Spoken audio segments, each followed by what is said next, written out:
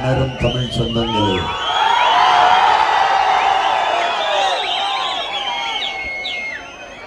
என் இனத்தின் எதிர்கால நம்பிக்கையான என்னுயிர் தம்பி தந்தைகளே, உங்கள் அனைவருக்கும் என்னுடைய அன்பும் வணக்கமும்.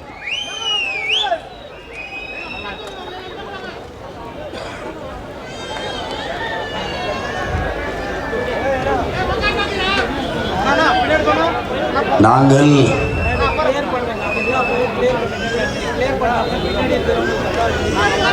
தொலைந்து போனவர்கள்.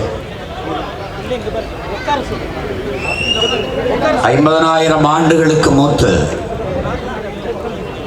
நீண்ட பெரும் வரலாற்று பெருமை கொண்ட தமிழ் பேரினத்தின் மக்கள் எங்களை நாங்களே தொலைத்து கொண்டு தேடிக்கொண்டலைகிற மக்கள். திட்டமிட்டு எங்களுக்கு மொழிப்பற்று, இனப்பற்று அழிக்கப்பட்டு சாதிப்பற்று, மதப்பற்று ஊட்டப்பட்டது. சாதி மத உணர்ச்சிகளால் பிளந்து பிரிந்த நாங்கள் தன்னின பகையால் தாழ்ந்து வீழ்ந்தோம். வரலாற்றில் நாங்கள் யார் என்று அறியாது, வழி தெரியாது தட்டு தடுமாறி தவித்து எங்கு செல்வதென்று தெரியாமல் தொலைந்து போனோம். இந்த காலகட்டத்தில் அங்கொன்றும் இங்கொன்றுமாய் எம் இன முன்னோர்கள்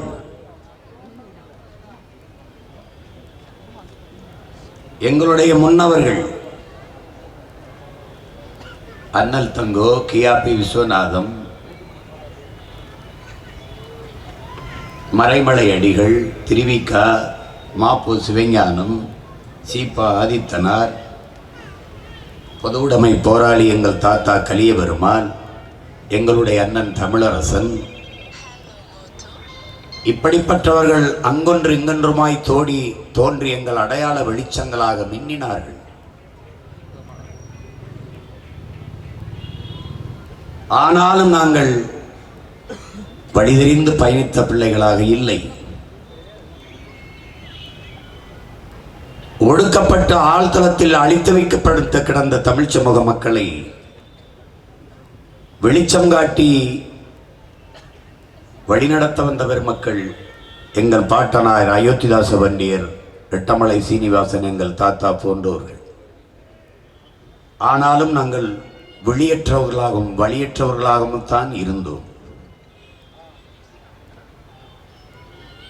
இந்த காலகட்டத்தில் அடிமைப்பட்டு கிடக்கிற இனம் விடுதலை பெறுவதற்கு ஒரு தேச விடுதலை தான் முழுமையான விடுதலையை பெற்றுத்தரும் என்கிற புரிதலும் தெளிவும் தமிழ் பேரினத்தில் எங்கள் உயிர் தலைவன் மேதகுவே பிரபாகரன் அவர்களுக்கு மட்டும்தான் இருந்தது. அதே காலகட்டத்தில் தமிழர் பெருத்து வாழுகிற நிலப்பரப்பான தமிழ்நாட்டில் ஒரு வீரன் வெளிச்சத்திற்கு வந்தார். 2 வீரர்களுமே காட்டில்தான் இருந்தார்கள். ஒருவன் எங்கள் உயிர் தலைவன், இன்னொருவன் எங்கள் போற்றுதற்கும் வணக்கத்திற்கும் அறிய பெரும் வீரன் வீரப்பனார் அவர்கள். ஒருவன் வனத்தை காத்தான், ஒருவன் தான் பிறந்த இனத்தை காத்தான். 2 பேருக்குமே நோக்கம் அடிமை தேசிய இனத்தின் விடுதலை.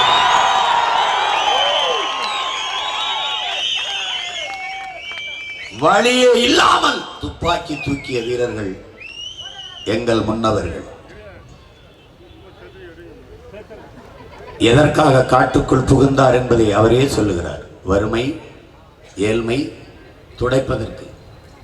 ஆனால் என் மகள் பேசியது போல, தன் வறுமை மட்டும் போனால் போதுமா, தன் பிறந்த சமூகத்தின் வறுமையும் போக்க வேண்டுமா என்கிற கனவு வருகிற போது தன்னை வருத்தி கொண்டேனும் தான் பிறந்த சமூகத்தை உயர்த்தியாக வேண்டும் என்கிற எண்ணத்தில் எங்கள் வீரப்பனார் தமிழ் தேசியவாதியாக மாறினார்.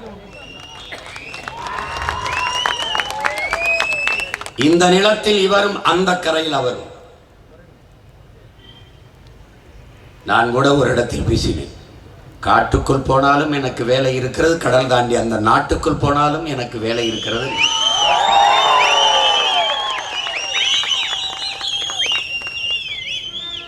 இந்த மண்ணில் திருடன், மாயாவி என்றெல்லாம் சொல்லிக் கொண்டிருந்த இடத்தில் எதிர்பாய்ச்சலை செய்து எல்லோரும் வாயையும் அடைத்த மகன் நான் என்பதில் எனக்கு பெருமையும் திமிரும் உண்டு. எங்கள் ஐயா வீரப்பனார் செய்த குற்றம் இந்த நாடும் இந்த சமூகமும் இந்த அதிகாரமும் சாட்டிய குற்றம். யானைகளை கொன்று தந்தங்களை கடத்தினார், சந்தன மரக்கட்டைகளை வெட்டி வித்தார். அடுத்த கேள்வி, வித்தவர் காட்டுக்குள் இருந்தார், வாங்கியவன் எங்கிருந்தார்? பல நூறு கோடிகளை கொட்டி வித்தவரை விரட்டி விரட்டி பிடிப்பதற்கு ஓடினீர்களே, வித்தவன் ஒருவனை கூட ஏன் கைது செய்யவில்லை?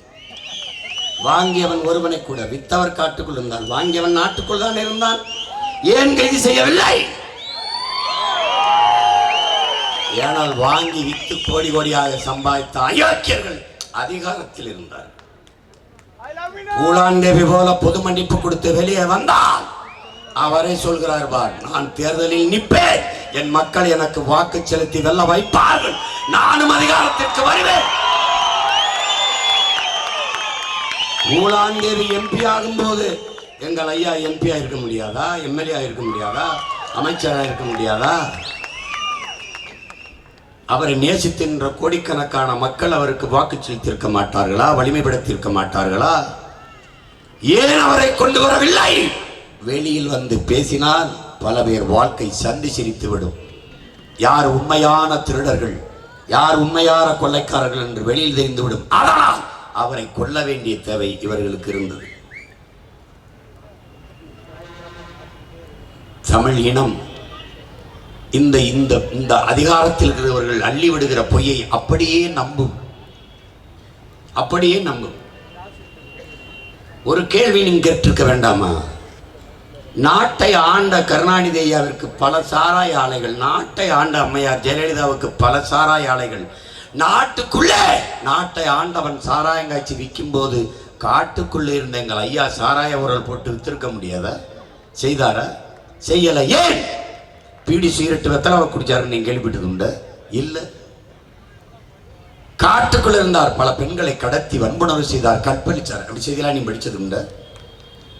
ஆனா நாட்டுக்குள்ளே நாட்டை ஆண்ட எத்தனை அமைச்சர் பெருமக்கள், எவ்வளவு பேர், என்னென்ன அயோக்கியத்தனம், லட்சக்கணக்கான கோடிகளை பதுக்கியும் ஒதுக்கியும் வைத்த பாவிகள்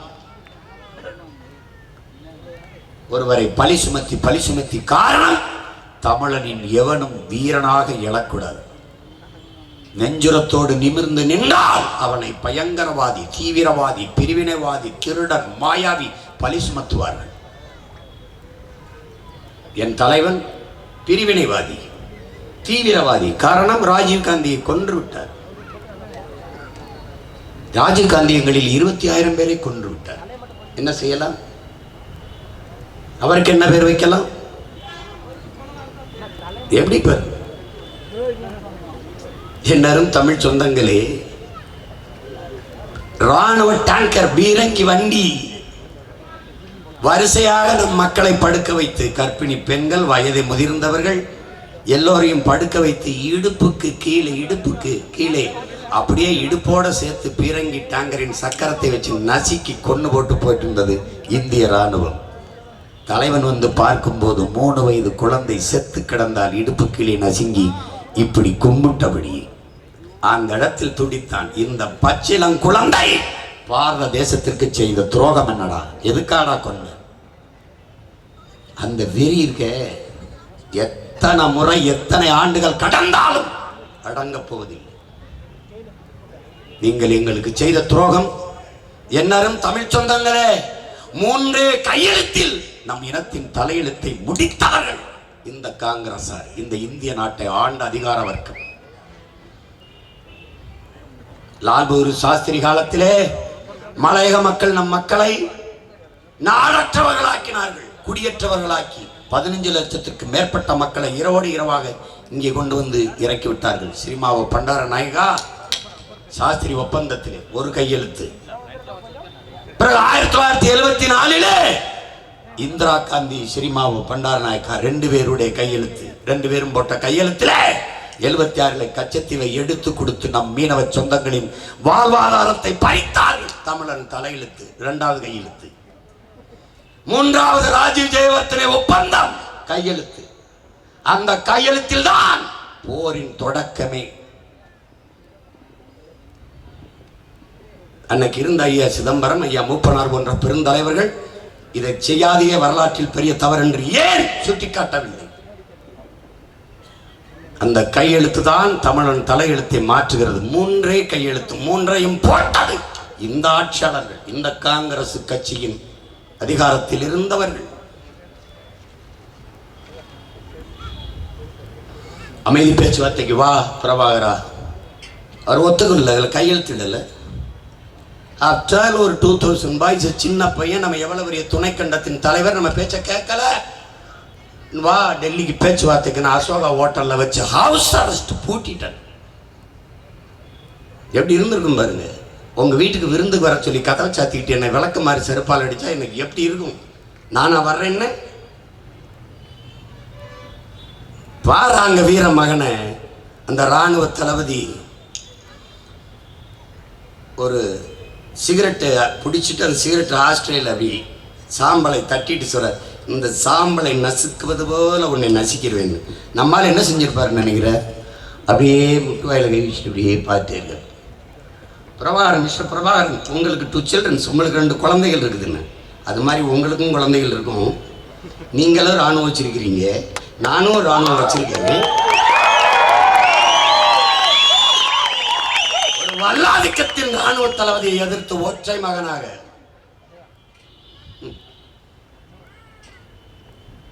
வீரம் டாடி.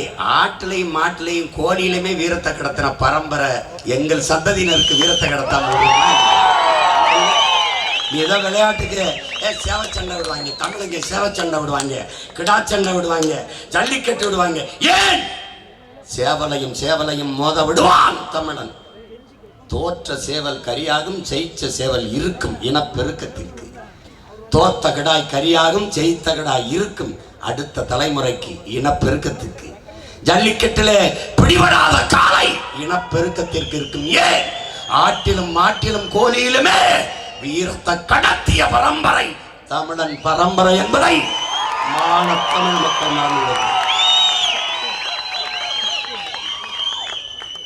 மானம், வீரம், அறம், இது 3ம் எங்கள் உயிர். மானம் 3 எழுத்து, வீரம் 3 எழுத்து, அறம் 3 எழுத்து, எங்கள் உயிரும் 3 எழுத்து. 4ம் சமந்தான். அப்படி வாழ்ந்த கூட்டம்.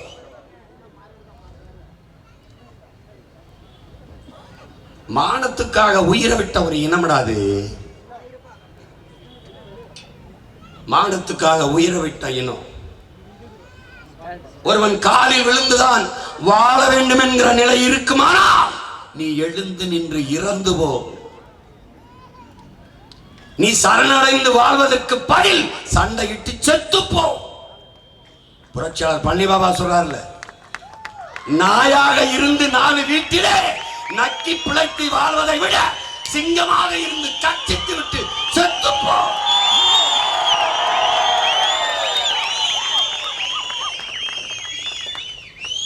பீரங்கி, துப்பாக்கி, தோட்டாக்களை எதிர்த்து வாளையும் வேளையும் வைத்து போர் புரிந்தோம் என்றால் சண்டைக்கு போனால் சாவோம் தெரியும். ஆனாலும் போனோம். ஏன்? மான தமிழர்களுக்கு மரணத்தை விட மானம்தான் பெரிது என்பதால் போனோம். ஏன்? எங்கள் சாவு சரித்திரம் படைக்கும் என்கிற துணிவிலே போனோம், தெளிவிலே போனோம். எங்கள் தலைவன் எங்களுக்கு கற்பித்தான், சாக பயந்தவன் தரித்திரமாகிறான், சாக துணிந்தவனே சரித்திரமாகிறான் என்று. அப்படி சரித்திரமான இரு வீரர்கள் எங்களுக்கு வலதிலும் இடதிலும். அவர்களின் பிள்ளைகள். ஒருவன் இனக்காவலன், அவன் மகன் நான்.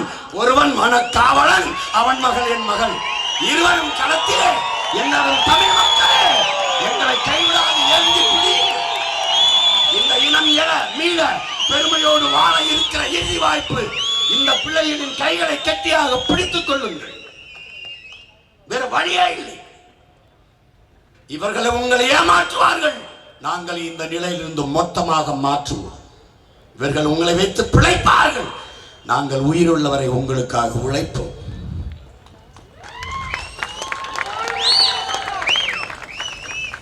நானும் என் தலைவரும் பேசிக்கொண்டிருக்கும் போது ஐயா வீரப்பனாரை பற்றி பேச்சு.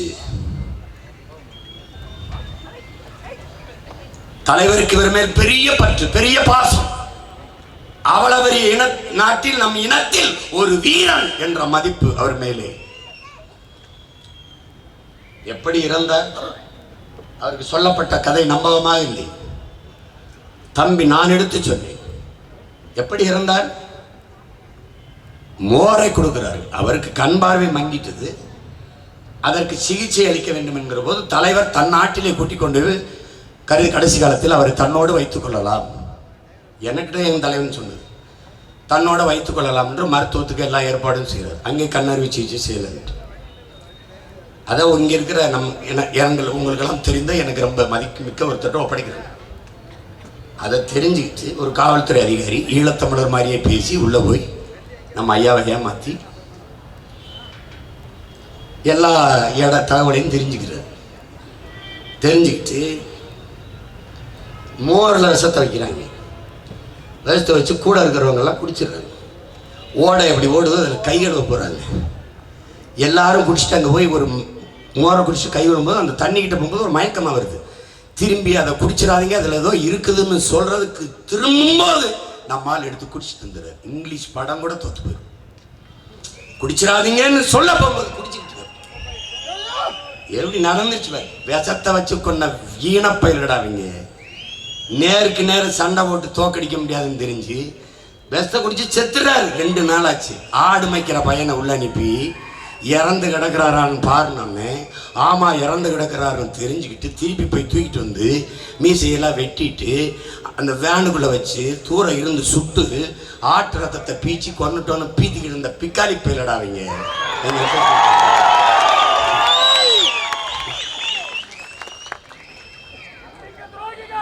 சண்டை வீரம்னா நேருக்கு நேரம் நிற்கும்டா, நெத்திக்கு நெத்தி நெஞ்சுக்கு நெஞ்சு நிற்கும்டா. 2 வீரனின் பிள்ளைய நிற்கிறோம் பாடுறா.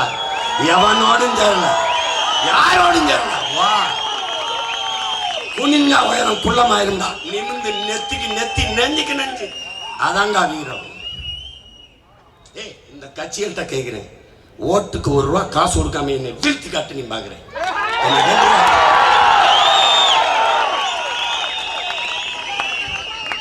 வாய்ப்பே கிடையாது. நான் காசு கொடுக்கல, நீ காசு கொடுப்ப. என் மகளை வென்று காட்டிடுறா பாத்துறேன். வென்று காட்டிடுன்னு பாத்துறேன். இந்த தேர்தல் 3 ஆண் வேட்பாளர், ஒரே ஒரு பெண் புலியை நான் நிறுத்திருக்கேன். தமிழ் பேரினத்தின் மொத்த வீரத்தையும் ஒன்றாக சுருக்கி என் பாட்டி வேலு நாச்சியார் வடிவிலே இந்த நிலத்திலே நிறுத்திருக்கேன். வீர மகளை நிறுத்திருக்கேன். தமிழ் பேரினம் வீழ்வதும் எழுவதும் வாழ்வதும் முடிவு செய்யப்பட வேண்டிய கட்டாயத்தில் இருக்கிறது. நீ ஓட்டை போடுவது இந்த நாட்டை காக்க என்கிற எண்ணம் உனக்கு இருக்கணும். எனக்கு வாக்கு செலுத்துவது என்பதே வருங்கால தலைமுறையின் வாழ்க்கையை பாதுகாக்க என்கிற எண்ணம் உனக்கு இருக்கணும். எங்கள் தலைவர் அவ்வப்போது ஐயாவை பற்றி வந்த தொடரை பார்த்துட்டு சொன்னார். நான் சொன்னேன், என் தம்பி, நம்ம தம்பி கௌதமன் தான் அண்ணா இயக்கியிருக்காங்க. அப்படிதான் ஐயாவே தயாரிச்சிருக்காங்க. நீங்கள் அவ்வப்போது நான் நேரம் கிடைக்கும் போது பார்க்குறேன். நான் மொத்தமாக பார்க்க உங்களுக்கு வசதி அனுப்பி விடுறீங்க. நான் வந்து என் அருமை சகோதரன் என் ரத்தம் வேல்முருகன் சொல்லி மொத்தத்தையும் வாங்கி ஒரு பெட்டியில் வச்சு படகால அனுப்பிவிட்டேன். அவர் மேல் அவ்வளவு பற்று வருது. என் அண்ணனுக்கு இருந்த பற்று அவன் தம்பிக்கு, அவன் பிள்ளைக்கு ஐயா மேலே பற்று இருக்காதா? அவர் மேல இருந்த பாசமும் பற்றும் என் மகள் மேல இருக்காதா? 13 கோடி தமிழ் மக்களின் செல்ல மகள் என் அன்பு மகள் வித்யா வீரப்பன் அவர்கள் என்பதை என் அன்பு தமிழ் மக்களுக்கு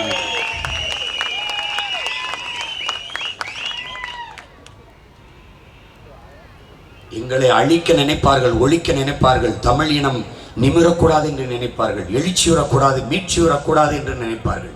என்ன வேணுமானாலும் செய்வார்கள். ஒரு எளிய மகன் என்னையை ஒடுக்குவதற்கு எவ்வளவு வேலை!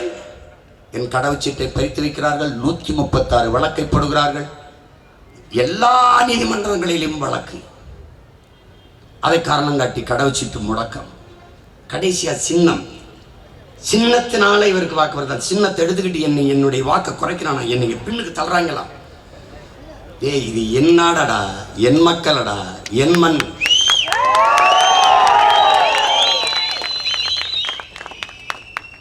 நீ வெட்டி சாய்த்தாலும் மொத்தமாக வேலிருந்து தலைக்கும் மரம் போல துளிர்த்து தலைத்து வருவமே ஒழிய வீழ்ந்து விட்டது தமிழ் பேரினம் என்று எவனும் எண்ணக்கூடாது.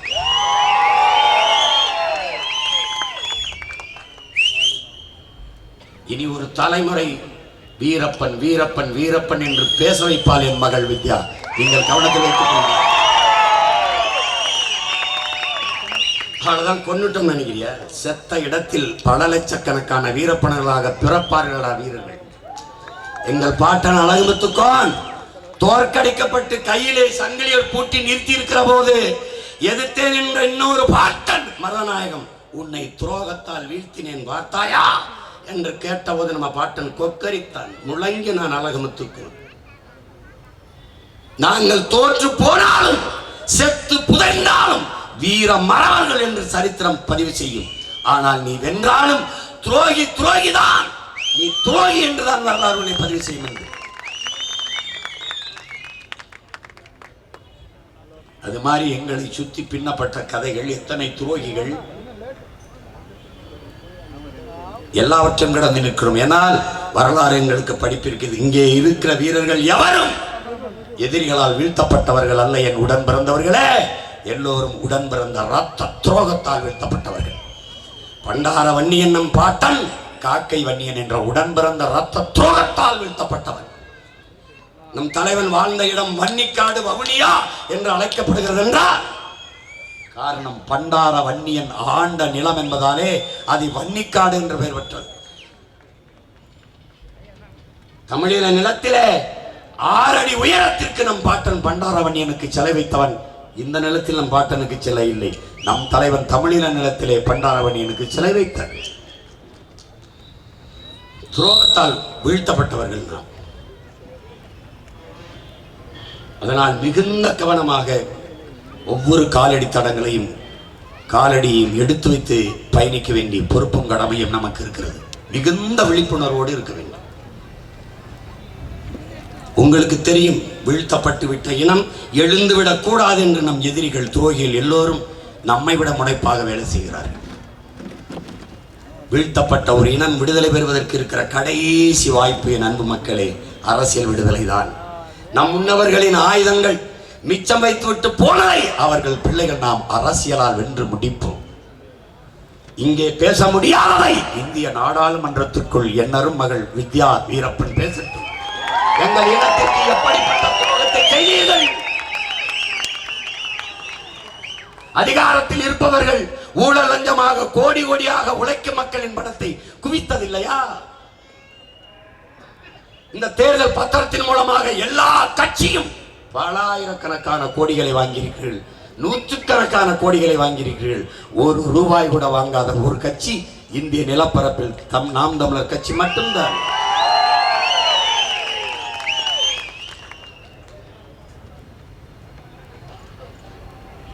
மாற்றம் என்றால் என்ன மாற்றம்? பணம் இருப்பவன் தான் அரசியல் செய்ய முடியும் என்கிற நிலையை மாற்றி மக்களுக்கு தூய உள்ளத்தோடு சேவை செய்ய வேண்டும் என்கிற மனம் இருப்பவனும் அரசியல் செய்ய முடியும். இது மாற்றம், இது மாற்றம். வாரிசு வாரிசாக அமைச்சர் அவர் மகன், எம்பி அவர் மகன், முதலமைச்சர் அவர் மகன் என்பது இல்லை. எளிய மக்கள், உழைக்கும் மக்கள், அன்றாடங்காட்சிகள், அடையாளம் தெரியாத அடித்தட்டு மக்களின் பிள்ளைகள் அரசியலிலே மக்கள் பிரதிநிதியாக சட்டமன்ற உறுப்பினருக்கு, பாராளுமன்ற உறுப்பினருக்கு நிற்க முடியும். இது மாற்றம். அப்படித்தான் என் மகளை நிறுத்தியிருக்கிறேன். இது மாற்றம்.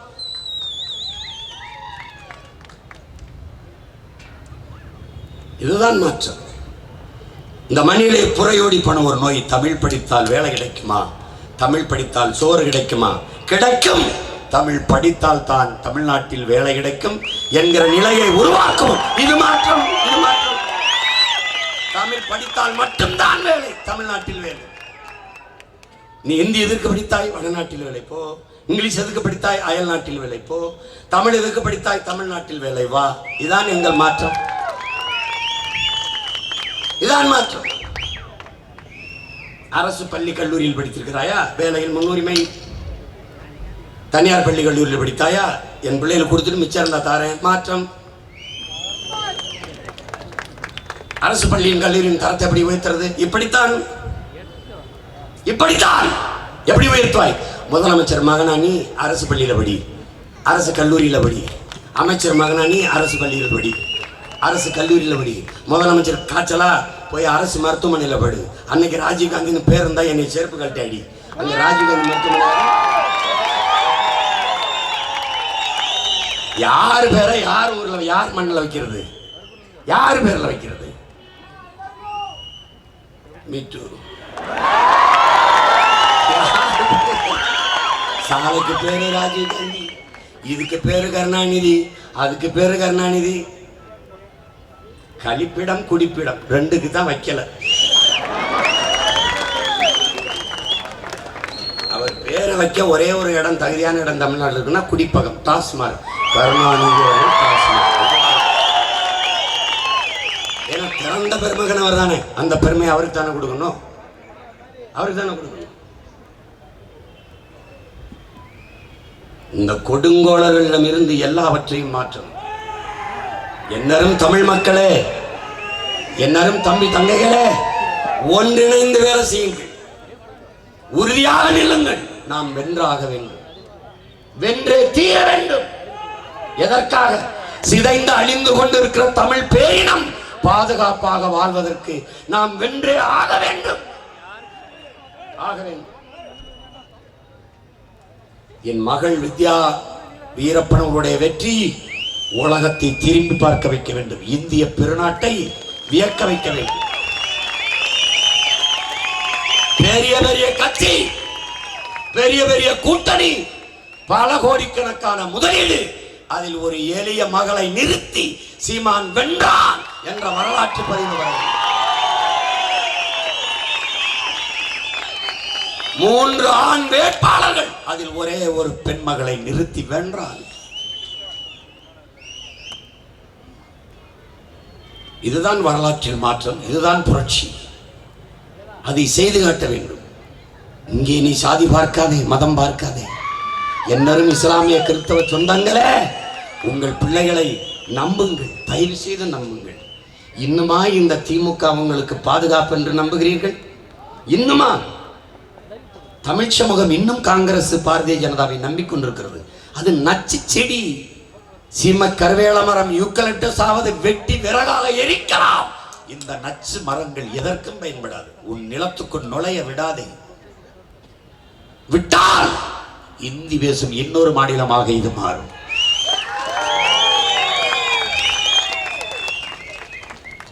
மாறும். காலத்தை கணித்த மகத்தான தலைவர்களின் வழிவந்த பிள்ளைகள் நாங்கள். இதுதான் நடக்கும் என்றால் நடக்கும். நான் சொல்லும் போதெல்லாம் சிரித்தாய். காற்றை விற்பார்கள் என்றேன், சிரித்தாய். இதெல்லாம் நடக்கும் என்றேன், சிரித்தாய். இப்படியெல்லாமா செய்வார்கள் என்று. நடக்கும், நீ வேணால் பார், நடக்கும்.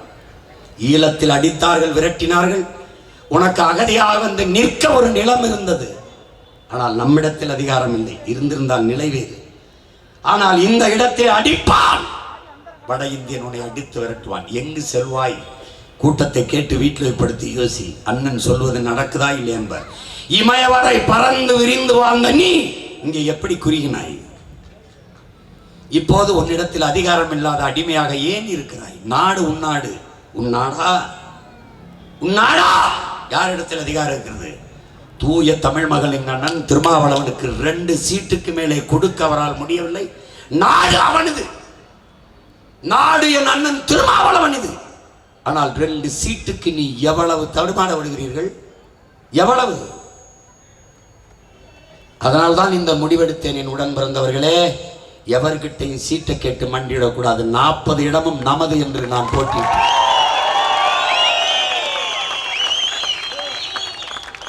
ஒரு பொது தொகுதி கேட்டார், அதை கொடுக்க முடியல.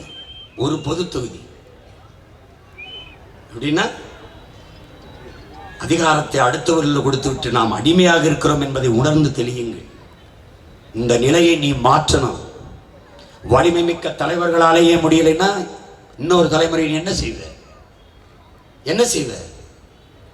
யார் எல்லாத்தையும் விட்டு விட்டு வெயிலையும் இந்த இதுலையும் நின்றுக்கிட்டு இங்க கத்திக்கிட்டு இருக்கிறதுக்கு உனக்கு யாரு இருக்கான்னு நினைக்கிறேன்? எங்களை விட்டா பிரபாகரன் பிள்ளைகளை தவிர இனி எவனும் வரமாட்டான்.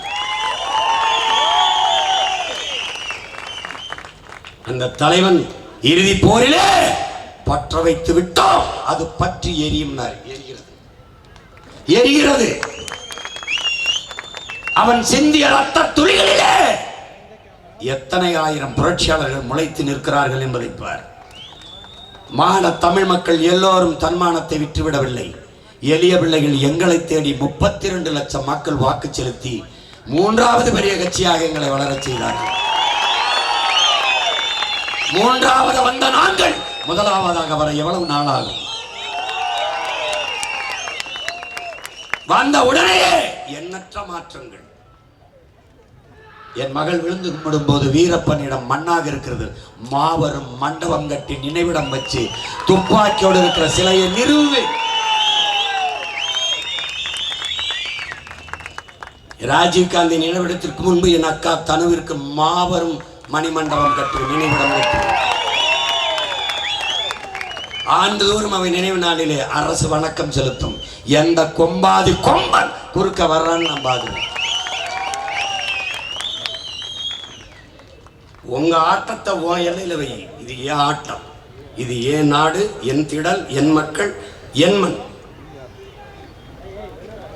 எனக்கு தன்னலம் என்று ஒன்று உண்டு, அது என் இனத்தின் நலன் மட்டும்தான். பசி, உறக்கம், தாகம் எதுவும் கிடையாது. அப்படி நின்றவர்களின் வழி வந்தவன். என் மகள் கூட சொன்னால், காட்டுக்குள்ளேயே பல ஆண்டுகளை கழித்தவன். 35 ஆண்டுகளுக்கு ஒரு தலைமுறைக்கு எவ்வளவு மழை பெய்திருக்கும், எவ்வளவு பனி கொட்டியிருக்கும், எவ்வளவு வெயில் அடித்திருக்கும், என்ன உணவு கிடைத்திருக்கும். ஆனால் அதில் வாழ்ந்தவர். அந்த உறுதித்தன்மை இளைய தலைமுறை பிள்ளைகள் ஒவ்வொருத்தனுடைய உள்ளத்திலும் வந்துவிட்டால் தமிழ் பேரினத்தை எந்த கொம்பனாலும் சாய்க்க முடியாது. நம் தலைவரை எடுத்துக்கொள்ளுங்கள். எல்லாம் கொடுத்தால் தான் சண்டை செய்வேன் என்கிற நிலையில் அவர் இல்லை. யோசித்து பாருங்கள். 50,000 கொடுத்து ஒரு துப்பாக்கி வாங்க முடியவில்லை. ஒருத்தர் 2ஆம் தர துப்பாக்கி வைத்திருக்கிறார், அதை வாங்கலாம் என்று அக்கா திருமணத்துக்கு கொடுத்த மோதிரத்தை வைத்து நண்பர்கள் அப்பா செலவு கொடுத்த காசு எல்லாம் சேர்த்து கொண்டு போய் வித்தாலும் காசு குறைகிறது. 40,000 தான் இருக்கிறது. அதை கொடுத்து ஒரே ஒரு துப்பாக்கி வாங்கி சண்டை போட்டலாம் என்று கேட்கும்போது அந்த ஆசிரியர் அவங்க அப்பாவுக்கு ரொம்ப வேண்டி திட்டி விட்டு விரட்டி விட்டுறாரு. அந்த துப்பாக்கி வச்சிருந்தார், விரட்டி விட்டுறாரு, போங்கடா அப்படின்னு. ஒரு துப்பாக்கி வாங்க துடித்து கொண்டிருந்த சிறுவன் சிங்கள காவலரை அடித்து கிணத்துக்குள்ள தூக்கி போட்டு அவரும் நண்பர்களும் அவன் இடுப்பில் இருந்த துப்பாக்கியை தூக்கிட்டு வந்து போராட தொடங்கினார்கள். அந்த துப்பாக்கி வச்சு துவங்கியவன் உலகத்தில் அதிநவீன ஆயுதங்களை வைத்து அனைத்துலக நாடுகளை வைத்து சண்டை செய்தான் என்றால்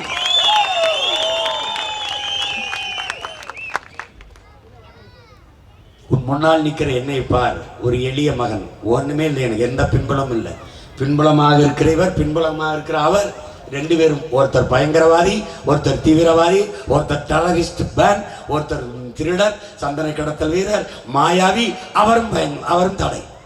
ஆனால் 2 பேரையும் முன்னத்தியாராக வைத்து எவ்வளவு பெரிய படையை கட்டி எழுப்பி போய்கொண்டிருக்கிறேன்.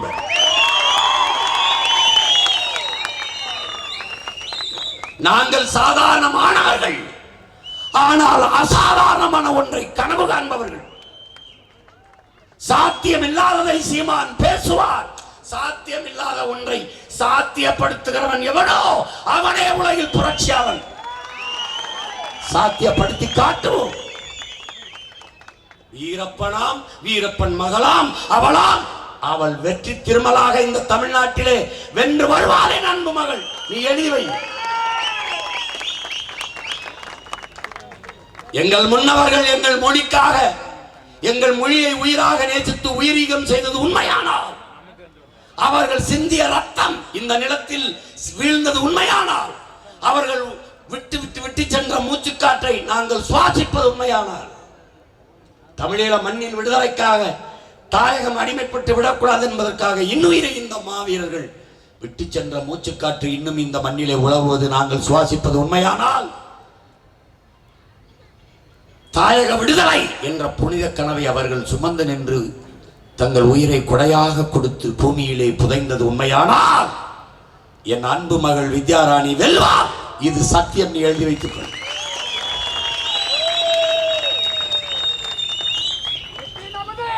எங்கள் தலைவன் சொல்வான், நாம் சாதாரணமானவர்கள், சாகலாம், ஆனால் சத்தியம் செத்ததாக சரித்திரத்தில் செய்தி இல்லை. நாம் சத்தியத்தின் பிள்ளைகள், வெல்வோம்.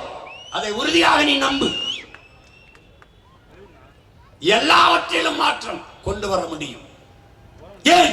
அதற்கான சிந்தனையை விதைத்து விட்டு சென்றான் தலைவர்.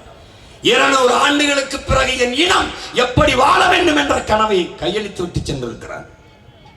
இவர்களைப் போலவா கட்சி தேர்தல், இதை தவிர வேறு சிந்தனை உண்டா? மக்கள் அரசியல் எங்கே இருக்கிறது?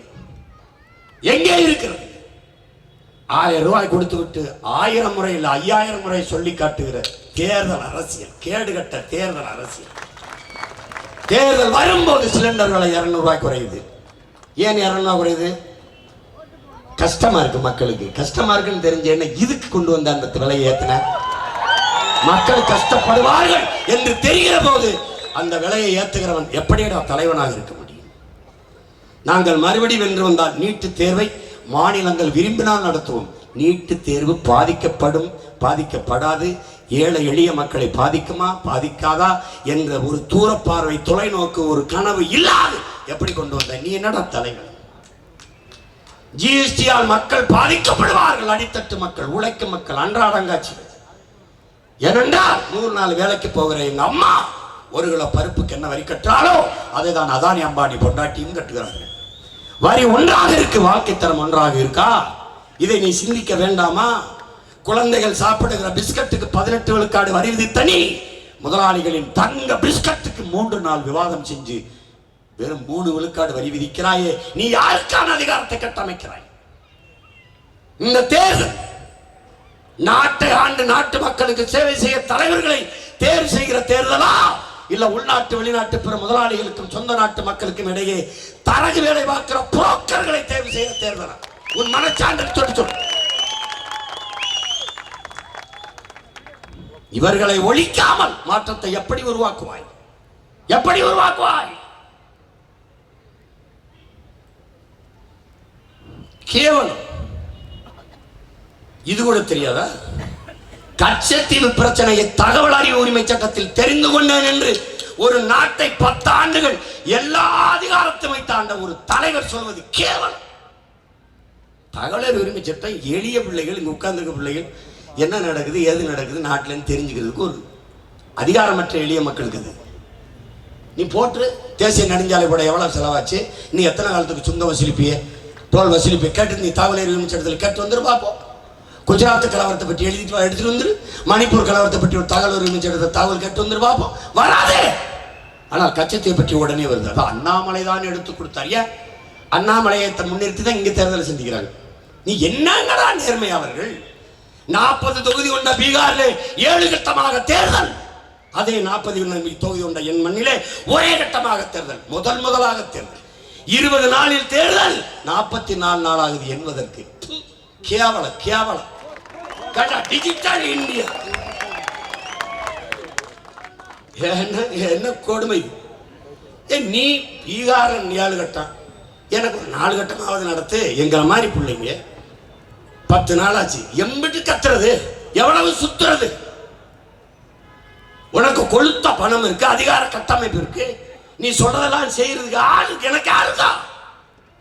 அப்ப என்ன ஜனநாயகம்? ஜனநாயகத்தில் சரி வாய்ப்பு சம வாய்ப்பு எல்லாம் ஏமாற்றம், வெற்று வார்த்தை. இது கொடுமை.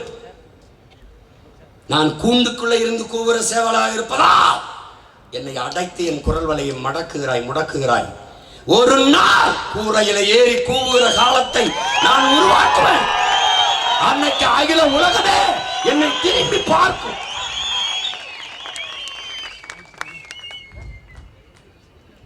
என் குரலை கேட்கும், என் கருத்தை உற்று நோக்கும், என் பக்கம் திரும்பும். நீ பார்த்துக்கிட்டே இரு. நீங்க என்னடா சின்ன பயில ஏதோ கத்திருக்கீங்க, காசு கொடுக்காம குவார்டர் பிரியாணி காசு 200 கொடுக்காம உனக்கு 10 பேர் கொடுவானா? 10 பேர். ஏய், நான் இந்த இடத்துல பேசுறேன்னு யாருக்கும் தெரியாது. பேச ஆரம்பிச்சவன பேச்சு, என் பேச்சு காற்றில் கலந்தவன வந்து கூடியவன் இங்க இருக்கிற என் உடன் பிறந்தவன். நீ இங்க வர ஒரே ஒரு தாள் சுவரொட்டி சீமான் இங்க பேசுகிறான், வித்யா வீரப்பனை ஆதரிச்சு இங்க பேசுகிறான் என்று ஒரு தாள் சுவரொட்டி ஒட்டி இருந்தால் இந்த இடம் சம்பிச்சு போயிடும்.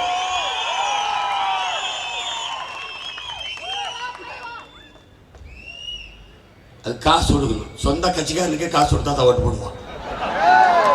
இது ஒரு கட்சி கடா, நாங்க பெரிய கட்சி, நீங்க பெரிய கட்சி. என்னடா உங்க நேர்மை வெங்காயம். 75 வருஷமா ஒரு கட்சி உதயசூரியன், 56 வருஷமா ஒரு கட்சி ரெட்டலை. நேத்து எனக்கு ஒரு சின்ன மைக்கு, 2 பேரும் ஒன்னா சண்டை பண்ணோம்னா கோழைகளா. என்ன நேர்மை, என்ன சனநாயகத்தில் சம வாய்ப்பு. வாங்க சிங்கம்னா ஒவ்வொரு தேர்தலுக்கும் ஒவ்வொரு சின்னத்தை வச்சுக்கிட்டு சந்திப்போம். யாரு பெரிய கட்சி? வா 40 தொகுதியில் தனிச்சு போடு. அப்ப யாரு பெரிய கட்சின்னு தெரிஞ்சிரும்ல. இந்த அடுத்த முதுகு நின்றுக்கிட்டு வாடா பத்துக்கணும், டே வாடா. நீங்க எப்படி தெரியுமில்ல, புலி வருது ஓடியாங்க, நான் கீழே படுத்துக்கிறேன், எல்லாரும் மேலே ஏறி படுங்க. இதான் அந்த கூட்டணி கோஷ்டி. நாங்க என் புலி வருது கத்த மாட்டோம். ஏன்னா புலியே நாங்க தான். நாங்க அவன் புலி வருதுன்னு பாய்ந்து கத்துறோம், எங்களை பார்த்துட்டான். நம்பணும், ஒரு தலைவன் என்றால் தன்னையே கரைத்துக் கொண்டு உப்பிலே சுவை, தண்ணீரிலே சுவையை கொடுக்கும் சர்க்கரை போல, உப்பை போல இருக்கணும். தன்னையே எரித்துக் கொண்டு உலகத்திற்கு வெளிச்சத்தை பாய்ச்சுகிற மெழுகுவர்த்தி போல இருக்கணும். தன் உடலை எரித்து அப்படியே உலகத்துக்கு வெளிச்ச திறமை அப்படி இருக்கணும் தலைவர். அப்படி இருந்த தலைவர் யாரு? எங்கள் உயிர் தலைவர் மேதகவே பிரபாகரன். மக்களுக்காக போராடுகிறவன் தலைவன், மக்களை போராட தயார் செய்கிறவன் புரட்சியாளர். இந்த நிலத்திலே மக்களுக்காக போராடிய தலைவனாகவும் போராட தயார் செய்த தலைவனாகவும் இருந்தவன் புரட்சியாளர் அம்பேத்கர் மட்டும்தான். நம் இனத்திலே மக்களுக்காக போராடுகிற தலைவனாகவும் போராட தயார் செய்கிற புரட்சியாளனாகவும் இருந்தவன் நம் உயிர் தலைவன் மேதகவே பிரபாகரன் அவர்கள்தான். அவன் போராடுவான், போராடவும் தயார் செய்வான். நான் இருக்கேன் இன்னைக்கு கேட்பேன், நான் போயிட்டா இன்னொருத்தன் வருவான். யார் கேட்பா? நீ தயாராயிக்க. தன்னை தற்காத்துக் கொள்ள முடியாதவன் வாழ்வதில் அர்த்தமே இல்லை, செத்து போகலாம். சர்வைவல் ஆஃப் ஃபிட்டஸ்ட், தகுதி உள்ளவை தப்பி பிழைக்கும். இதான் டார்வின் கோட்பாடு. உன்னை தகுதி உள்ளவனாக ஆக்கிக்கொள். ஒரே வழிதான் இருக்கிறது, மைக் சின்னத்திலே வாக்கு செலுத்தி வலிமைப்படுத்திக் கொள். எல்லா துயரங்களுக்கும் சீமான் வர வேண்டும். வீடை இடிக்கிறான், ஓடிவா. மண்ணை அள்ளுகிறான், ஓடிவா. மலையை வெட்டுகிறான், ஓடிவா. 40,000 பேர் ஆசிரியர் பயிற்சி தேர்வு எழுதி வெற்றி அடைஞ்சு விட்டு வேலை இல்லாமல் நிற்கிறார்கள்.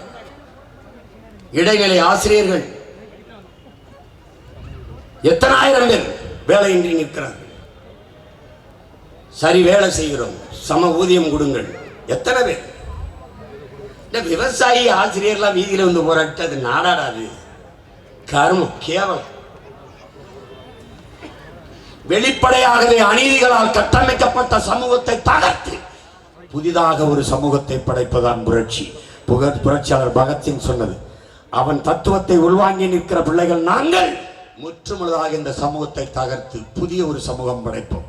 கட்டிய கட்டடத்திற்கு வெள்ளையடிக்க வந்த சீர்திருத்தவாதிகள் அல்ல நாங்கள். அந்த கட்டடத்தை இடித்து விட்டு புதிதாக ஒரு கட்டடம் கட்ட வந்த புரட்சியாளர்கள் என்பதை கவனத்தில் வைத்துக் கொள்ள வேண்டும்.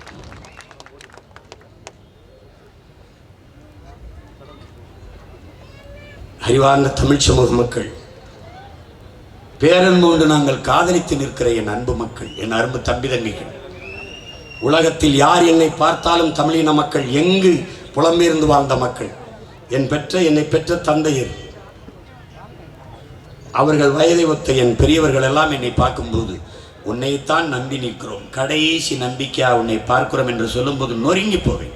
அதே வார்த்தையை உங்களிடத்தில் சொல்கிறேன். என் நம்பு தங்கைகளே, எல்லோரும் என்னை நம்புவதாக சொல்கிறார்கள். நான் உங்களை நம்பித்தான் இந்த களத்திலே நிற்கிறேன்.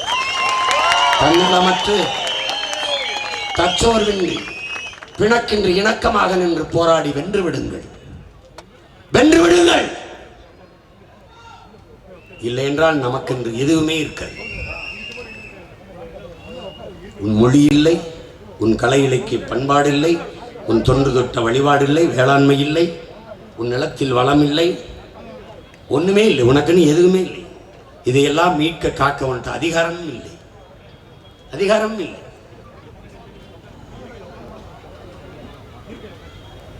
உன்ட்ட என்ன இருக்கு? ஒரே ஒரு வழி இருக்கு, இதையெல்லாம் மீட்க. இந்த தேர்தலை சரியான வாய்ப்பாக பயன்படுத்தி வென்றுவிடு, வென்றுவிடு. உன்னை துரத்தி வாட்டி வதைத்த துயர துன்பங்களை கொன்றுவிடு. இதை தவிர வழி கிடையாது.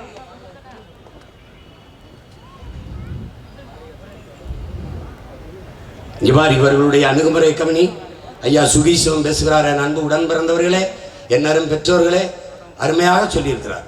காட்டுக்குள் ஒரு சிங்கம் எனக்கு சாப்பிட எதையாவது கொண்டு வா என்று நரியிடத்தில் சொல்லிவிட்டது. நம்ம ஏதாவது கொண்டு வரல, நரி நம்மளை சாப்பிட்டோம்னு நரி பயப்படுது. உடனே போய் ஒரு பாவம் ஒரு கழுதை நிற்குது, அந்த கழுதையை கூட்டிகிட்டு வருது. அந்த கழுதை எந்த கழுதை?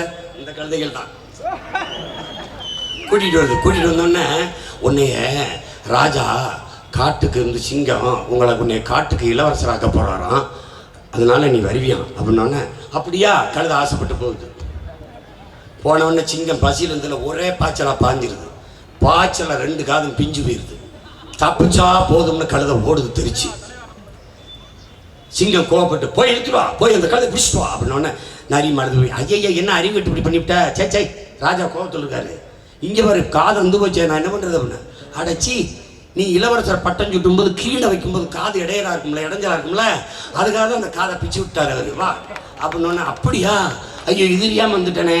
யாரு? நம்ம தான் இந்த ஸ்டாலின், இந்த ஐயா எடப்பாடி, இந்த மோடி ஐயா, இந்த ராகுல் காந்தி ஐயா, இதெல்லாம் சொல்றது கேட்டு நம்மளை பட்டம் சுட்ட போறாங்க ஐயோ அப்படின்னு.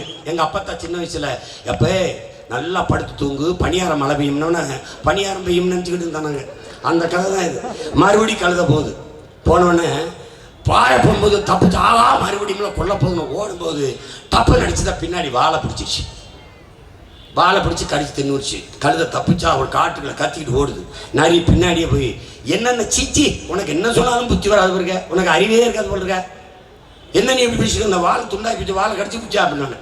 அட பைத்தியக்கார கழுதையே, நீ அந்த பதவி நாற்காலி பட்டம் சுட்டும் போது இளவரசர் நாற்காலியில் உட்காரும் போது வால் இடையூறு இருக்கும்ல, அதுக்கு தான் அந்த வாழை கடிச்சு தின்றுச்சு அப்படின்னு. அப்படியா அப்படியா அப்படியா அப்படின்னு. இந்த காதை கடிக்கும் போதும் வாழை கடிக்கும் போதும் எச்சரிக்காத இந்த கழுதை மறுபடி பட்டம் சுட்ட போறாங்கன்னு போய் சிங்கத்தின் பசிக்கு கரியாகி போன மாதிரி நம்ம நாங்கள் உங்களுக்கு வந்தா வேலை தருவோம், அண்டா தருவோம், மிக்கிறோம், குண்டா தருவோம், இவங்க இப்படியோ ஒவ்வொரு காலம் சொல்கிறத நம்பி கடைசியாக கழுத கதை ஆக போகிற. பார்த்துக்க நீ எங்கள் பேச்சை நம்பாத. ஓட்டுக்கு காசு வாங்குறதெல்லாம் நிறுத்து. போ, அண்ணன் பேச்சை கட்டி வீட்டில் படுக்காத, ஃபோனை போடு. எத்தனை 500 பேர் வச்சிருக்கியா வாட்ஸ்அப்பில் ஸ்டேட்டஸில் போடு. மைக் சின்னத்தை போட்டு எல்லாருக்கும் ஓட்ட போட சொல்லு. உன் நண்பன் கூட படித்தவனை அழைச்சி பேசு. அம்மாவுக்கு பேசு, அத்தைக்கு பேசு, மாமாவுக்கு பேசு, சித்திக்கு பேசு, சின்னம்மாவுக்கு பேசு. போடு, எங்கள் அக்காவுக்கு போடு, என் தங்கச்சிக்கு போடு, எங்கள் ஐயா மக வித்யாராணிக்கு போடு. ஓட்ட போடு, மைக் சின்னத்தில் போடு, எல்லா பேரையும் தூக்கி சுடுகாட்டில் போடு. எங்களை இந்த நாடாளுமன்றத்தில் அனுப்ப போடு, திருப்பி போடு. ஐயா இறையன்பு ஓனாய் கத்தி என்று ஒரு கதை, ஓனாய் கத்தின்னு ஒன்று எழுதியிருக்காரு. போர் தொழில் பலகள் இருக்கு பாரு, வைய தலைமைகள் படிச்சு பாரு. அதுல ஓனாய் கத்தினா காட்டுக்குள்ளேருந்து ஓனாய் வரும், ஊர்ல இருக்க சேவல், அந்த கோழி, ஆடு எல்லாத்தையும் தின்னுடும். இதை தடுக்கிறதுக்கு வழி இல்லாம ஒரு கத்தி, கூர்மையான கத்தி, அதை அப்படி ஒரு குச்சியில கட்டி இப்படி வச்சு தரையில ஊண்டி அப்படி வச்சு கொஞ்சம் கோழி சேவல், கோழி ரத்தம், ஆட்டு ரத்தம், அந்த கோழி ரத்தம் இருக்குல்ல, அதை அப்படியே தடவி அந்த கத்தியில், நல்ல கூர்மையான கத்தி, அதை வச்சு விட்டுருது. அந்த ஓநாய் வந்து அப்படியே பார்த்துட்டு அந்த ரத்த வாடை அப்படி இதாக இருந்தோடனே அப்படியே கத்தியை நக்கிறது. அவர் நக்குனோடனே இவர் நாக்கு கிழிஞ்ச ரத்தம் கொட்டும், அதையும் சேர்த்து நக்குவார். அப்படியே ஓநாய் கத்தி கதை இதுதான். இவர் ரொம்ப சுவையாக இருக்குன்னு சாப்பிட்றது எதை? இவர் ரத்தத்தை தான். இவர் ரத்தத்தை இவரே சாப்பிட்டு கடைசியாக மயங்கி சொத்துன்னு விழுந்து செத்து போவார். அந்த கதை தான். நீ 500 கொடுக்குறான், 1000 கொடுக்குறான், நல்லா இருக்குன்னு நீ இந்த ஓனாய் கத்தி இருக்குல்ல, இந்த கதையா ஓ ரத்தத்தை சாப்பிட்டு கடைசியாக செத்து. இதான் கதை. ஒரு வியாபாரி சாகிற வரைக்கும் ஒன்றும் உட்கார்ந்தே சாப்பிடலாம். 400 ரூபா கொடுங்க, உட்கார்ந்தே சாப்பிடலாம். 400 ரூபாய்க்கு வாழ்நாள் முழுக்க உட்காந்து சாப்பிடலாமா? இது ரொம்ப வசதியாக இருக்க, போய் உட்காந்து சாப்பிடலாமா? 400 தானே? 2000 3000 இல்லை, 400, வெறும் 400 தான் வா அப்படின்னு கூட்டி போனால் பெரிய கூட்டம் வரிசையில் நிற்குது. உள்ளே போய் கதவை திறந்து காட்டுறேன், ஒரு நாற்காலி இருக்குது. என்னங்க உட்காந்து சாப்பிடலாம், நீங்கள் காலம்புறா உட்காந்து சாப்பிடலாம், நீங்கள் ஒரே ஒரு நாற்காலி. இதுதான் 400 ரூபா கொடுங்க, வீட்டில் எடுத்து கொண்டு போட்டு கடைசி வர காலம்புறா உட்காந்து சாப்பிடுங்க. இது மாதிரி தான் இவங்க பேசுகிறதெல்லாம் இப்படித்தான். 1000 ரூபா கொடுத்தோம்ல, வாங்கினீங்களா? அதை மிச்சம் பண்ணீங்களா? 1000 ரூபாய் நாங்கள் மிச்சம் பண்ணி 1000 கோடி வச்சுருக்கோம். உங்களுக்கு அதில் ஏதாவது வேணுமா? நீங்கள் கேட்கணும், ஐயா உங்களுக்கு எதுவும் செலவுக்கு வேணுமா? சேமிச்சு வச்சுருக்கோம்யா. என்னைக்கு இந்த இனம் கோவப்பட போகுது? என்னைக்கு திருந்த போகுது? இத்தனை லட்சம் பேர் செத்து அவங்க இனத்தை கொன்னவன் காங்கிரஸ். மறுபடியும் உன்கிட்ட ஓட்டு கேட்டு வரேன். உனக்கு தன்மானம், ஒரு ரோசம், ஒரு சொட்டு தண்ணி கிடையாதுன்னு சொல்கிறான் அந்த கர்நாடகாவில் இருக்க காங்கிரஸ்காரன். அவனோட கூட்டு வச்சு 10 சீட்டை கொடுத்து ஓட்டு கட்டு வரைய ஸ்டாலின், உனக்கு நாங்கள் எதுக்கு ஓட்டு போடணும்னு கேட்காத. நீ உண்மையிலேயே தமிழச்சி மாறல. நீ பால் குடிச்சியா? நீ குடிச்சு வளர்ந்தியா இல்லை குட்டி பால் குடிச்சியா? என்ன பண்ண நீ? உனக்கு தன்மானம், சூடு, சூரன் அதெல்லாம் இல்லையா? அதெல்லாம் இல்லையா? கால கொடுமை. எழுந்து நில்லு, நிமிந்து நில்லு, எதிர்த்து கேள்வி கேட்க பழகு. அவன் தண்ணி தர முடியாதுங்கிறான். ஒரு சொட்டு தண்ணி இல்லை, ஒரு ஓட்டு உனக்கு இல்லை. இந்த முடிவை எடு, எல்லாம் சரியாயிடும். பாரதிய ஜனதா கேளு, காலையில் தண்ணி தர முடியாதுங்கிறது காங்கிரஸ். உன்னுடைய கருத்து என்ன, உன்னுடைய நிலைப்பாடு என்ன கேளு. ஒன்றும் இல்லை, போடாத ஓட்டு. நீ என்ன முடிவெடுக்கணும்னா, தமிழர் நிலத்தில் தமிழ் இனத்தின் உரிமை, உயிர், உடைமை, அவன் நிலம், வளம், இதுக்கு பாதுகாப்பு இல்லாத எவன் வந்தாலும் அவனுக்கு ஓட்டு போட மாட்டான் என்கிற நிலையை நீ உருவாக்கினா சிந்திப்பான். இப்ப கச்சத்தீவை பத்தி மோடி பேச வேண்டிய தேவையே வருது. நான் தான், பிகாஸ் மை செல்ஃப். ஏன் நான் தான் காரணம்? ஏன் திரும்ப திரும்ப அதையே பேசுறான்? கச்சத்தீவை திருப்பி ஏழு, இல்லை என்றால் என்னை பிரித்து விடு என்று சட்டசபையில் தீர்மானம் நிறைவேற்றுவேன். பயப்படுறேன். அடுத்து என்ன சொல்லுவ? பிரிவினைவாதி, தீவிரவாதி அப்படிலாம் பேசுவ. இப்ப மாறுபாடு என்ன போடுவேன் பார்த்துக்க. என் நிலப்பரப்பை எடுத்து என் நாட்டோடு இணை என்று சொல்கிற நான் பிரிவினைவாதி, கொடுத்ததான்னு சொல்ற நீ தேசியவாதியாடான்னு கேட்பேன். பதில் இல்லை. அப்ப என்ன பண்றது? மக்கள்கிட்ட தாக்கத்தை ஏற்படுத்துது, ஓட்டு அவனுக்கு போயிடும். அப்ப என்ன பண்ணலாம்? கச்சத்தீவை நான் வந்தால் அதை மீட்க போராடுவேன், வந்தபோது என் போராடவில்லை, இப்படிலாம் கேட்டால் நான் வாயை மூடிக்கொண்டு ஓடிவிடுவேன். இதுதான் ஐயா ஸ்டாலின் ஆசிரியர் பெருமக்கள் போராட்டத்தில் பங்கேற்றார். நானும் பங்கேற்றேன். அவர் எதிர்க்கட்சியாக இருக்கும்போது கொடுத்த வாக்குறுதி, நான் வந்தால் பழைய ஓய்வூதிய திட்டத்தை நிறைவேற்றுவேன், பணி நிரந்தரம் செய்வேன், சம வேலை சம ஊதியம் கொடுப்பேன், ஆசிரியர்கள்லாம் பணி நியமனம் பண்ணுவேன். இதெல்லாம் அவர் கொடுத்த வாக்குறுதி. வந்த 3 ஆண்டுகளில் செய்யலை. நம்பி வாக்களித்த ஆசிரியர் பெருமக்கள் மறுபடி போராட்டத்தை செய்தார்கள், போராடினார்கள். அந்த போராட்டத்தில் கடைசி வரை நின்ற மகன் நான், அவர்களுக்கு துணையாக. ஏன்? ஆசிரியர் என்றால் யார் என்று எனக்கு தெரியும். எனக்கு அறிவிப்பால் ஊட்டிய பெருமக்கள் அவர்கள். அதனால் அவர்களோடு நின்று கர்ப்பிணி பெண்கள், இளம் குழந்தைகளோடு வந்த பெண்கள் எல்லாரையும் ஒரு அறைக்குள்ள பூட்டி வச்சுட்டு சாவி எடுத்துட்டு போயிட்ட அரசு இந்த அரசு. இன்னைக்கு திரும்ப திரும்ப சீமான் அதை பேசுகிறார் என்ற உடனே நான் வந்தால், பாராளுமன்றத்தில் வென்று வந்தால் அதை நான் கவனத்தில் எடுப்பேன், சரி செய்வேன். எப்படி? இதுக்கு பேர் என்ன தெரியுமா? என் உடன் பிறந்தவனே, வெறும் தேர்தல் அரசியல், மக்கள் அரசியல் இல்லை. தேர்தலுக்காக மட்டும் செய்வார்கள், பேசுவார்கள். மக்கள் அரசியல் என்றால் இதை நாம் நிறைவேற்றி விட்டு வந்து தேர்தலிலே வாக்கு கேட்பார்கள். அது கேட்க வேண்டியதில்லை, மக்கள் தாங்களா விரும்பி தருவார்கள். அதான் இங்கே என்ன மாற்றம், நாம் முன்வைக்கிற அரசியல் மாற்றம் என்ன? கட்சி அரசியல், தேர்தல் அரசியலை கடந்து மக்கள் அரசியலை செய்ய வேண்டும். தேர்தல் 5 வருஷத்துக்கு ஒரு தடவை, தேர்தல் முடிஞ்சிருச்சு, அதிகாரத்துக்கு வந்தாச்சு, தூக்கி போட, தேர்தலை பற்றி சிந்திக்கக்கூடாது, மக்களை பற்றி சிந்திக்கணும். மக்களுக்கு எது நல்லது, மக்களுக்கு எது தேவை, அதை பற்றி சிந்திச்சு செய்வதுதான் மக்களுக்கான சேவை அரசியல். இங்கே சேவை அரசியலோ செய்தி அரசியலோ இல்லை, வெறும் செயல் அரசியலோ இல்லை, வெறும் செய்தி அரசியல் தான். செப்டம்பர் 16 குடும்ப தலைவிக்கு 1000 ரூபாய். இதுக்கு விளம்பரம் எப்ப தெரியுமா? 6 மாசத்துக்கு முன்பு இருந்து ஆரம்பிச்சிட்டாரு. செப்டம்பர் 16 குடும்ப தலைவிக்கு நாங்கள் 1000 ரூபாய் கொடுக்க போகிறோம். பூ கட்டிக்கிட்டு ஒரு அம்மா இருக்கும், பழம் வித்துக்கிட்டு ஒரு அம்மா இருக்கும். வா காட்டுறேன், இந்த பதாகையில் அங்கே இருக்கு, நான் வீட்டுக்கு போகிற வழியில இருக்கு என் ஊரில். அப்போ இதுக்கு எத்தனை ஆயிரம் கோடி செலவு பண்ண அந்த விளம்பரத்துக்கு? கேவலம். இவ்வளோ ஆண்டுட்டாங்க. காலையில் டிஃபன் போட்டால் தான் நம்ம பிள்ளைய வந்து சாப்பிட்டு பள்ளிக்கூடம் படிக்கிற மாதிரி இருக்குது. காலை உணவு கூட போட்டு பெற்றோர்கள் பள்ளிக்கூடத்துக்கு நிற்க முடியாத பிச்சைக்கார கூட்டமாக மாற்றி விட்டான். நம்ம ஒரு வேளை சோறு இல்லை, அது என்ன உணவுங்கிற? ரவா உப்புமா 6 நாளைக்கு. நாங்கள் சினிமா எடுக்கும்போது எப்படி ப்ரொடக்ஷன் கம்பெனி எப்படின்னு, உப்மா கம்பெனி, ஏன்னா உப்மாவே போட்டு படம் எடுத்துக்கிட்டு இருப்பான். அது மாதிரி இந்த ஆட்சி, திராவிட மாடல் ஆட்சி, எப்படி பெரிய உப்மா கம்பெனிங்க, ஒரு வாரத்துக்கு ஒரு உப்மா தான். உங்கள் மகன் ஆட்சியை கொடுத்துப்பாரு, நானே விவசாயம் பண்ணுவேன், நானே ஆடு வளர்ப்பேன், மாடு வளர்ப்பேன், நாட்டு கோழி வளர்ப்பேன், 1/2 லிட்டர் பால், 2 முட்டை, பசுஞ்சோலை பள்ளி பக்கத்தில் உடற்பயிற்சி கூட, விளையாடணும் விளையாடணும், ஓடணும் ஆடணும் பாடணும், உடலை உறுதி செய்யணும், உடலினை உறுதி செய், கொள்கை வகுத்தினில் அறிவை விரிவாக்கு, கொள்கை வகுத்தினில் கூடி செயல் செய்ய பழகு, நாம் தமிழர். இதான் எங்க கோட்பாடு. காலையில் உப்மா தின்ட்டு, காலையில் சோறு இல்லை பிள்ளைகளை பள்ளிக்கூடத்துக்கு அனுப்புறது. இந்த நிலையில் வச்சுட்டு சாதனை சாதனை சாதனைன்னு பாலின் சந்தை மதிப்பு 9 லட்சம் கோடியை தொடுது. சாராயம் வித்து 50,000 கோடிக்கு சாராய பொருளாதாரத்தில் எங்களை சாகடித்துக் கொண்டிருக்கிற ஆட்சி முறை. ஆவின் பால் விற்கிது அரசு. எங்கன்னு மாடு எங்கன்னு பதில் இல்லை. மாடு வளர்க்காம பால் எங்கிருந்து வருதுன்னு பதில் இல்லை. என்ன உங்க வீட்டு தண்ணி குழாயை திருகுனா பால் வருதா? யாரு கேட்கறது? கேளு. அவர் அப்படிதாங்க பேசிட்டு பாரு, இவர் இப்படிதாங்க இதை பேசிட்டு பாருமா. அந்த கள்ளச்சாராயம் குடி செத்தவனுக்கு 10 லட்சம்.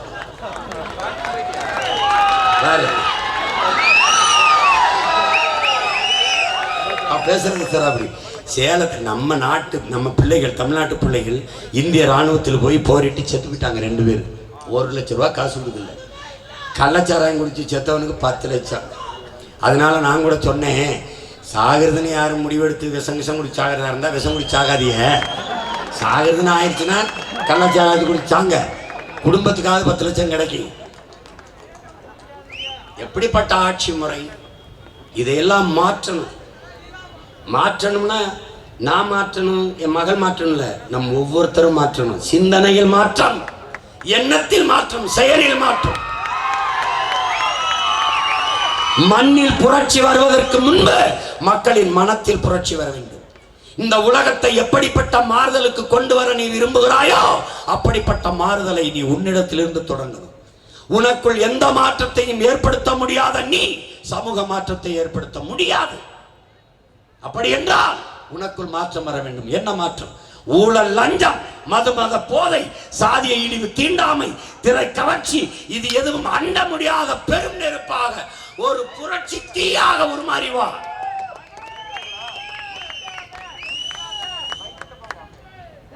ஏப்ரல் 19 உனக்கு ஓட்டு இருக்கா போடு, இல்லையா ஓட்டு இருக்கிறவனை போட விடு. கெஞ்சி கதறு, புரியவை, திரும்ப திரும்ப அண்ணன் பேச்ச போட்டு காட்டு. 13 வருஷமா அண்ணன் கத்துறது கதறந்த போடு. நாடு இருக்க நிலைமை காட்டு. மண்ணை அள்ளிக்கொண்டு தின்ன ஆறு நாசமா கிடக்கிறத காட்டு. மலையை வெட்டினும் பூமி தாயின் மலை மார்பை அறுத்து விற்கிற இந்த கொடுஞ்செயலை காட்டு. மழை இல்லை என்றால் நிலம் பாலைவனமாகிவிடுங்கிற இயற்கை உண்மையை எடுத்து சொல். எல்லாவற்றையும் சொல்லிக்கொண்டே இரு. மாறும் மாறும், மாறாது என்ற சொல்லை தவிர மாறிவிடும். மாறும். மாற்றம் என்பது மானுட தத்துவம். மாறுவோம், மாற்றுவோம். என் அன்பு தம்பி தங்கைகளே, வரலாறு நமக்கு வாய்ப்பு தந்திருக்கிறது. இந்த தேர்தல் இது வெறும் தேர்தல் அல்ல, மாறுதலுக்கான தேர்தல், மாற்றத்திற்கான தேர்தல். அந்த தேர்தலில் மைக்கு சின்னத்திலே, ஒளிவாங்கி சின்னத்திலே, எண்ணத்தில் இனத்தின் வழிதாங்கி நிற்கிற உங்கள் பிள்ளைகள் எங்கள் சின்னத்தில் ஒளிவாங்கி ஏந்தி வருகிறோம். அன்பு மக்கள், மதிப்புமிக்க வாக்கை, வலிமை மிக்க வாக்கை எளிய மக்கள் எங்களுக்கு செலுத்துங்கள். என் அன்பு மகள் வித்யாராணி வீரப்பன் அவர்களுக்கு மைக்கு சின்னத்திலே வாக்கு செலுத்தி வெற்றி பெற செய்யுங்கள். என் உடன் பிறந்தார்களே, என் மகளின் வெற்றி இந்த மண்ணின் வெற்றி, இந்த மக்களின் வெற்றி, தமிழ் பேரிடத்தில் வெற்றி. ஓட்டு போட போற பொண்ண ஒதுங்கி நிக்காத, கண்ட கண்ட சின்னங்கண்டு கலங்கி நிக்காத, உழைக்கு மக்கள் சின்னம் இந்த ஒளி வாங்கி சின்னம், உழைக்கு மக்கள் சின்னம் இந்த ஒளி வாங்கி சின்னம்.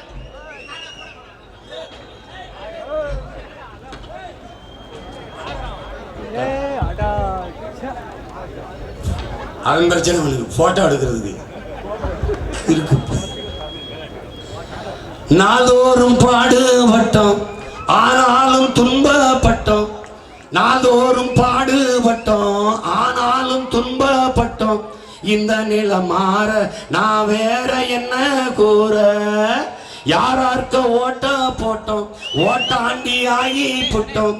இந்த நிலை மாற நான் வேற என்ன கூற, ஓட்டு போட போற பொண்ண ஒதுங்கி நிக்காத, கண்ட கண்ட சின்னங்கண்டு கலங்கி நிக்காத, உழைக்கும் மக்கள் சின்னம் இந்த ஒளி வாங்கி சின்னாயே, உழைக்கும் மக்கள் சின்னம் இந்த ஒளி வாங்கி சின்னம்.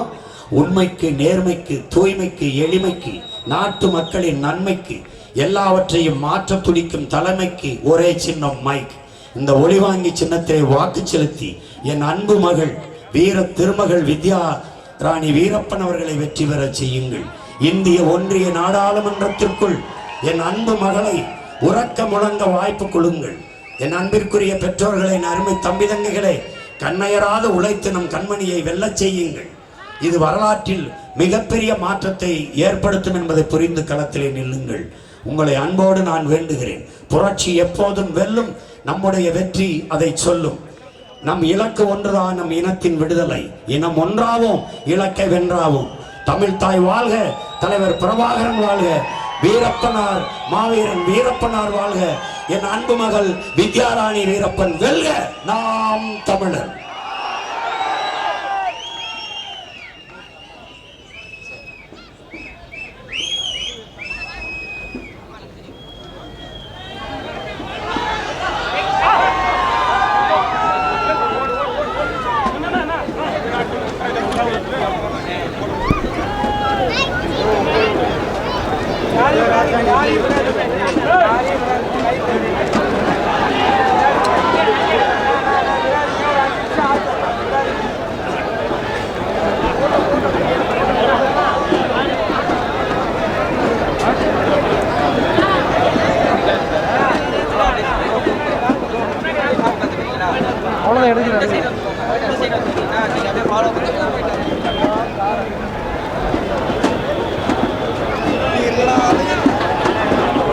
What?